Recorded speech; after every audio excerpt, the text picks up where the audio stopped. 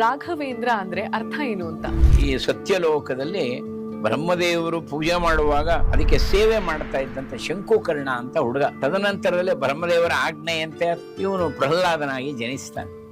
ಆ ಪ್ರಹ್ಲಾದನೇ ರಾಘವೇಂದ್ರ ಸ್ವಾಮಿ. ಅವ್ರ ಹತ್ರ ಇದ್ದುದು ಒಂದೇ ಜೊತೆ ದೋತ್ರ ಅಂತೆ. ಸ್ವತಃ ವೆಂಕಟನಾಥನಿಗೆ ರಾತ್ರಿ ಎಲ್ಲ ಒಗೆದು ಒಣಗ ಹಾಕೋರು, ಬೆಳಗ್ಗೆ ಅದನ್ನು ಉಟ್ಕೊಂಡು ಹೋಗೋರು. ಬೇರೆ ದೋತ್ರವೇ ಇಲ್ಲ, ಪಂಚನೇ ಇಲ್ಲ ಮನೆಯಲ್ಲಿ. ಸುಧೀಂದ್ರ ತೀರ್ಥರು ಕೂತಿಯಾರೆ.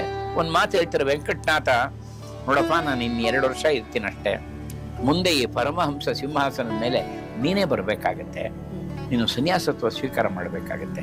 ಇದನ್ನು ಕೇಳಿದ ಕೂಡಲೇ ಮೈಯೆಲ್ಲ ತುಂಬಂದು, ಈ ಮಗು ತನ್ನ ತಂದೆನೇ ಗುರ್ಸಕ್ಕಾಗಲ್ಲ, ಕಾವ್ಯವಸ್ತ್ರ ಧಾರಣೆ ಮಾಡ್ಕೊಂಡ್ಬಿಟ್ಟಿದ್ದಾರೆ, ಕೇಶ ಮುಂಡನ ಮಾಡ್ಕೊಂಡ್ಬಿಟ್ಟಿದ್ದಾರೆ, ತನ್ನ ತಂದೆನೇ ಗುರ್ಸಕ್ಕೆ ನೋಡಪ್ಪ ನಿಂತೆ ಗೊತ್ತಾಗುತ್ತೆ, ಹೋಗಿ ನಮಸ್ಕಾರ ಮಾಡಿ ಬಂದ್ಬಿಡು. ಜಗದ್ಗುರುಗಳವರು ಮೆಲ್ಲಗೆ ಹೋಗುತ್ತೆ, ಪಾಪ ಕೈ ಮುಕ್ಕೊಂಡು ಹೋಗುತ್ತೆ, ಹೋಗ್ಬಿಟ್ಟು ಅದ್ರ ಹತ್ರ ಹೋಗುತ್ತೆ, ಹೋಗ್ಬಿಟ್ಟು ಆ ಕಾಲು ಹಿಂಗ್